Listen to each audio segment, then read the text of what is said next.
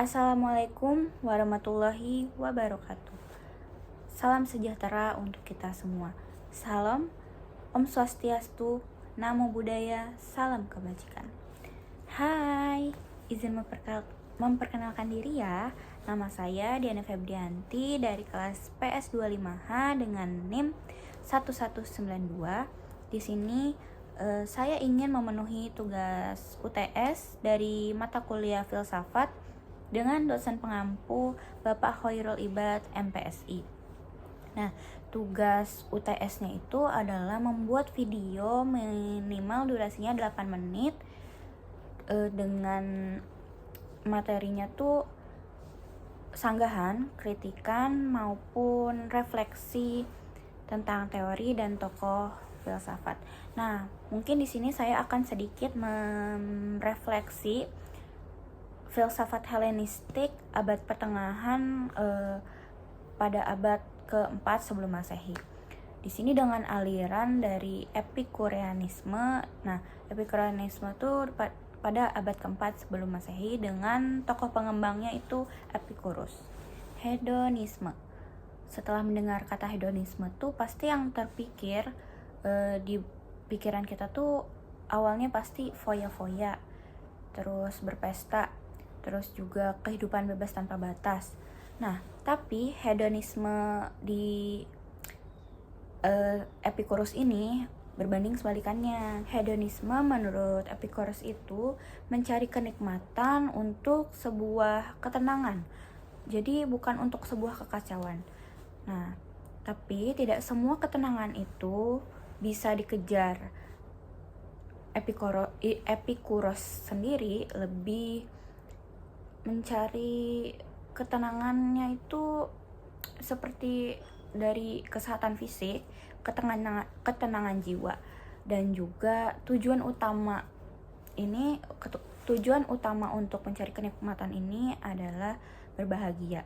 Menurut Epikuros itu manusia akan bahagia ketika kita hidup sederhana.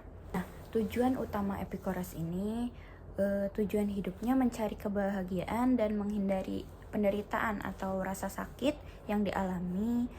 Dia percaya juga kalau kebahagiaan bisa dicapai dengan hidup sederhana. Namun kebahagiaan itu apa sih?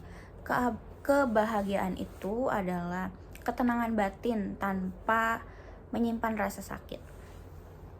Nah, hidup sederhananya itu yang dimaksud adalah seperti makan, berteman, dan yang lain dengan tidak berlebihan.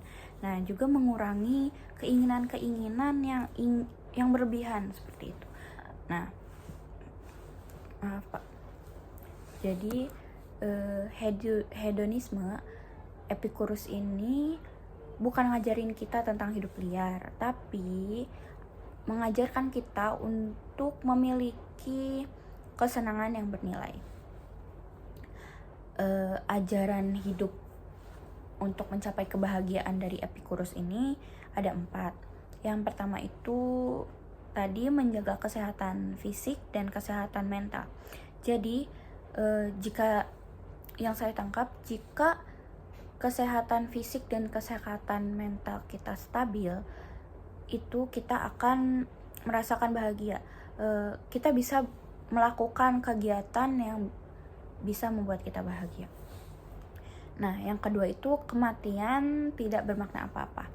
Nah, tapi di kalimat kematian tidak bermakna apa-apa ini agak sedikit gimana ya menurut saya, karena menurut saya, apalagi menurut saya sebagai umat muslim, kematian itu saya takutkan, karena saya takut ketika saya kembali kepada pencipta, saya kan belum memiliki amal dan ibadah yang maksimal gitu.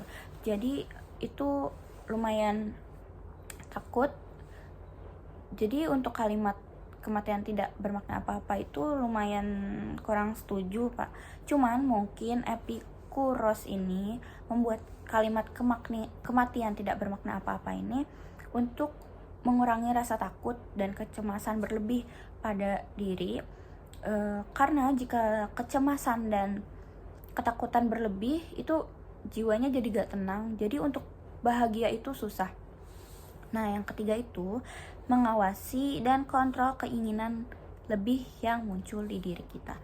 Jadi seperti saya ambil contoh, jika ingin self reward kan, apakah itu adalah keinginan lebih?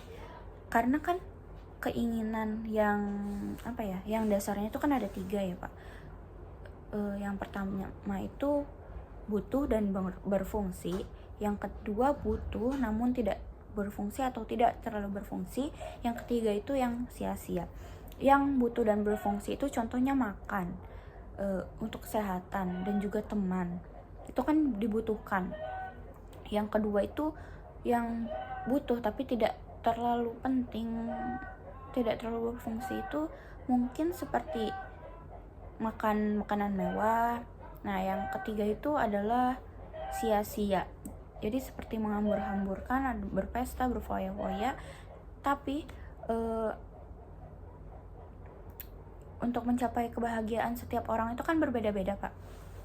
Ada yang emang kebahagiaannya itu untuk kebahagiaannya itu dihasilkan dengan berpesta, berfoya-foya, self reward setiap bulan, dan membeli hal-hal yang hanya karena ini lucu gitu. Jadi kan saya sendiri pun mengalami sih hal seperti itu. Jadi seperti itu kayak bisa membuat diri saya bahagia. Dan yang keempat, katanya jangan terlibat di dunia politik. Nah, katanya Epicurus ini memiliki pengaruh besar di filsafat barat. Nah, Epicurus sendiri pernah dikritik dan ada beberapa kontroversi. Katanya Epicurus ini seorang hedois dan tidak bermoral. Tapi Epicurus ini juga menyangkal kritikan itu. Katanya berbahagia itu dengan cara yang sederhana. Kebahagiaan itu gak harus diciptakan dengan berfoya-foya. Seperti itu Pak. Mungkin cukup sekian dari refleksi, dan tadi sepertinya agak ada sanggahan sedikit dari saya. Kurang lebihnya saya mohon maaf Pak, karena saya sendiri masih belajar dan ingin terus belajar. Terima kasih Pak. Wassalamualaikum warahmatullahi wabarakatuh.